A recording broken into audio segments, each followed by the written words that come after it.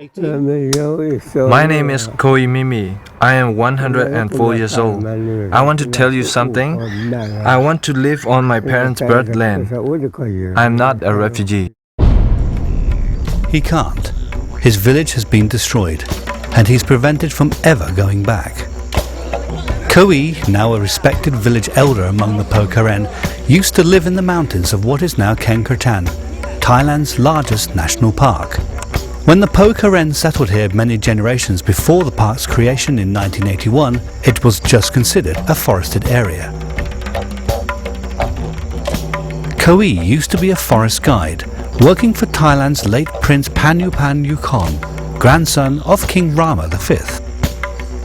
Koi once found in the forest a white elephant, which was presented to His Majesty the King, Phumipon Adunyadet.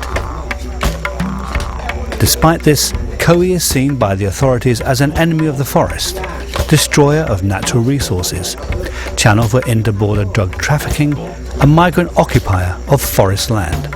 Because of this, he's become a refugee. I want to go back and live in my own place. We want to live on our land. The people in the city should learn that living in the mountain is our way of life. In 2011, villagers were awoken at nearly dusk by park authorities and an armed Thai military attachment. Some of the soldiers ransacked the houses, ate the food and slept in villagers' rooms. The following mid-morning, villagers' belongings were pillaged. Animals were lured from pens and stoned to death or eaten. Rice barns and homes were torched. Some leaped from the windows as the grass roof had been set ablaze. Even the silver coins villagers received in the 1960s by the Thai government proving their citizenship went missing. There was little left beyond the clothes the villagers were wearing that day. The soldiers planted a Thai flag and told the villagers to leave the forest at once or be shot. The soldiers should not have just come and forced us to leave. If the official did not want us to stay there, they should have talked to us or negotiated with people to move down to the lowlands. There was no need to burn the houses. They may have been thinking that after burning everything, the villagers would not be able to come back. The soldiers said we couldn't live there anymore because we had cut down the trees. They say the forest will be destroyed, drought will happen, and the climate will change. They ordered us to move to the lowlands. We younger people can't talk too much because the soldier will get angry and kill us. They are big people and we are very small. Where we were before, I lived happily. In the forest, we lived with our brothers and sisters. We lived close to each other.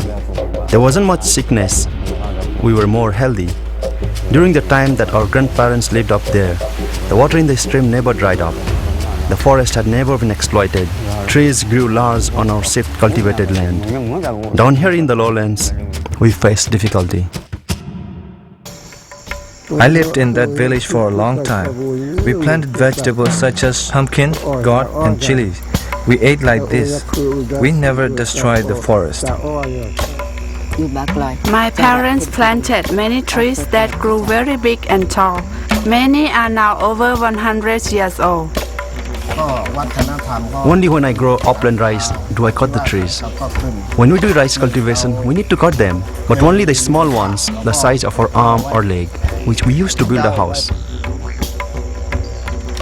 The trees we slash are located on the old land, which has recovered from our traditional farming techniques.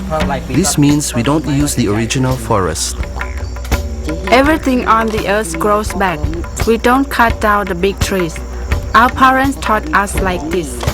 We find fish in the river and sometimes hunt wild pig. We have never destroyed the forest. We do not understand why people say that we have.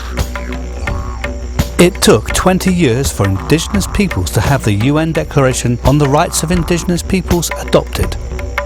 This declaration enshrines the minimum standards for the survival, dignity and well-being of the indigenous peoples of the world. However, many states still do not respect the rights of indigenous peoples over their lands, territories and resources. Now more than ever, there is pressure to remove the inconvenient presence of indigenous peoples, in this case in a national park. The authorities argue that the recent crackdown on the Karen came after several warnings for them to leave the forest of the Karen National Park. They have been evicted from their highland homes many times, particularly since the 1990s. Many returned, however, largely because the land they were granted was poor, or they simply didn't have the desire to pursue lowland life. Regardless of the circumstances, Kowi and his fellow community members remain located in a settlement area where they've essentially been left to fend for themselves. They're doing their best to adapt. However, this scenario has drastically changed their lives. This move has affected my mind and lifestyle. When people live down here, they have to work in the city.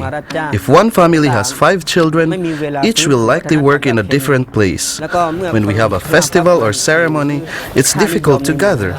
This makes us unhappy, especially for the family head who has to keep up the traditions. When we work in town, sometimes we are not paid properly. If we were where we belong, we would not have to find work.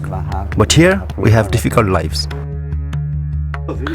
We have no land, and we don't have time to practice our traditions. This has affected our communities, especially our house construction. There isn't much space here. We don't know how to adjust to a life outside of the one we lived in the mountain. There was space to live. We lived happily and with no conflict among us like we do now. We didn't have to buy food. We grew all the food we needed. Living here, you need to buy things from city people and you can only afford to live day by day.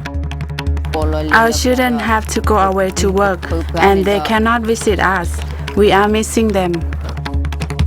If you have relatives, they will take care of you when you are sick. But for those who have no relatives, life is quite difficult. As for me, I am alone. I have no brothers or sisters. I have my strength. Maybe because I did something wrong. My God might not want me to go back to my land. There is no peace. The forest means the origin of nature, the trees, animals, water, and humans.